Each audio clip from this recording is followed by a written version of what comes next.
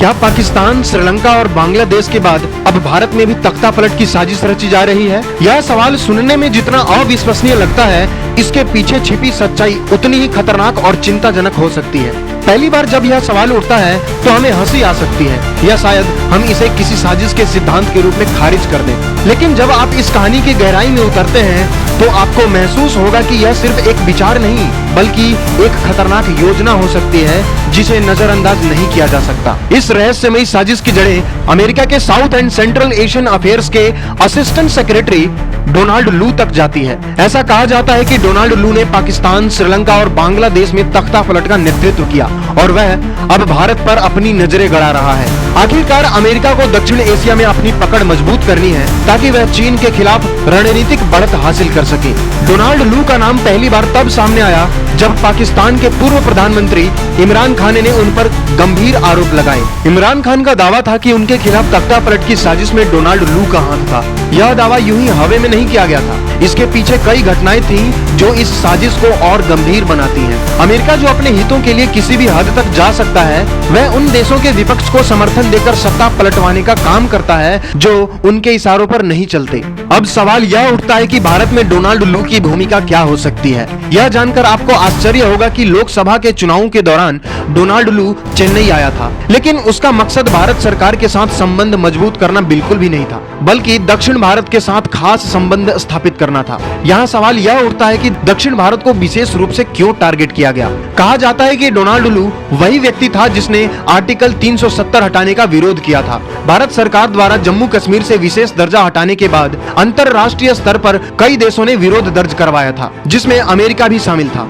लेकिन इस विरोध की जड़ें किस स्तर तक फैली हुई हैं, यह सवाल आज भी अनउत्तरित है। डोनाल्ड लू का चेन्नई दौरा और उसके बाद भारत की आंतरिक मुद्दों पर उसकी आलोचनाएं यह संकेत देती हैं कि वह भारत के राजनीतिक परिदृश्य को प्रभावित करने की कोशिश कर रहा था। लेकिन क्या यह सिर्फ एक संयोग था? क्या इसके पीछे कोई गहरी साजिश छिपी हुई है?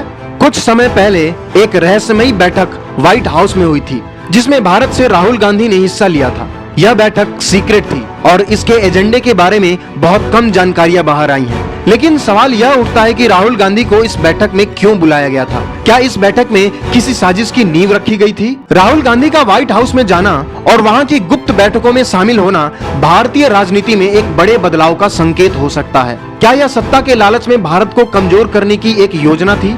क्या कुछ राजनीतिक दल या नेता अमेरिका के साथ मिलकर देश के विभाजन की साजिश रच रहे हैं? यह जानकर आश्चर्य होता है कि राहुल गांधी ने अमेरिका में कई बार मोदी सरकार की आलोचना की है और इन आलोचनाओं के पीछे क्या कोई बड़ी राजनीतिक रणनीति है? क्या यह संभव है कि वे विदेशी शक्तियों के साथ मिलकर देश में अस्थिरता फैलाने की कोशिश कर रहे हैं? अगर हम इन सभी घटनाओं को एक साथ जोड़कर देखें तो यह साफ हो जाता है कि भारत में तख्ता पलट की साजिश रची जा रही है।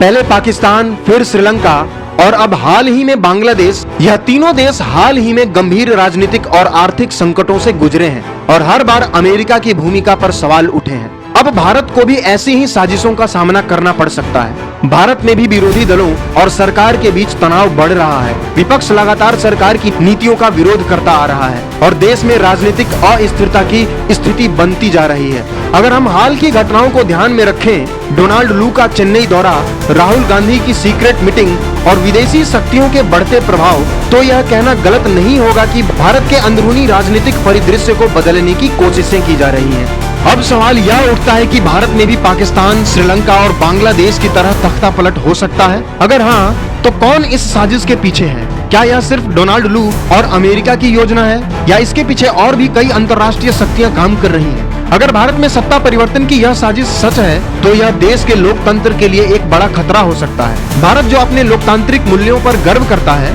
अगर वह तख्ता पलट का शिकार होता है तो इससे न केवल देश की अखंडता को खतरा होगा बल्कि दक्षिण एशिया के पूरे क्षेत्र में अस्थिरता फैल जाएगी। इस साजिश की कहानी जितनी रहस्यमयी है उतनी ही खतरनाक भी। आज भारत को सिर्फ बाहरी दुश्मनों से नहीं बल्कि अंदरूनी साजिशों से भी सतर्क रहना होगा। सवाल सिर्फ यह नहीं है कि क्या तख्ता पलट हो सकता है, बल्कि यह है कि इस साजिश का कैसे मुकाबला करेंगे। देश को तोड़ने की यह साजिश कितनी गहरी है ये तो वक्त बताएगा, लेकिन एक बात साफ है, भारत को अब अधिक सतर्क और चौकस रहने की जरूरत है, क्योंकि अगर हम सावधान नहीं हुए तो तख्ता पलट की यह कहानी हमारे लोकतंत्र के अंत की शुरुआत भी हो सकती है।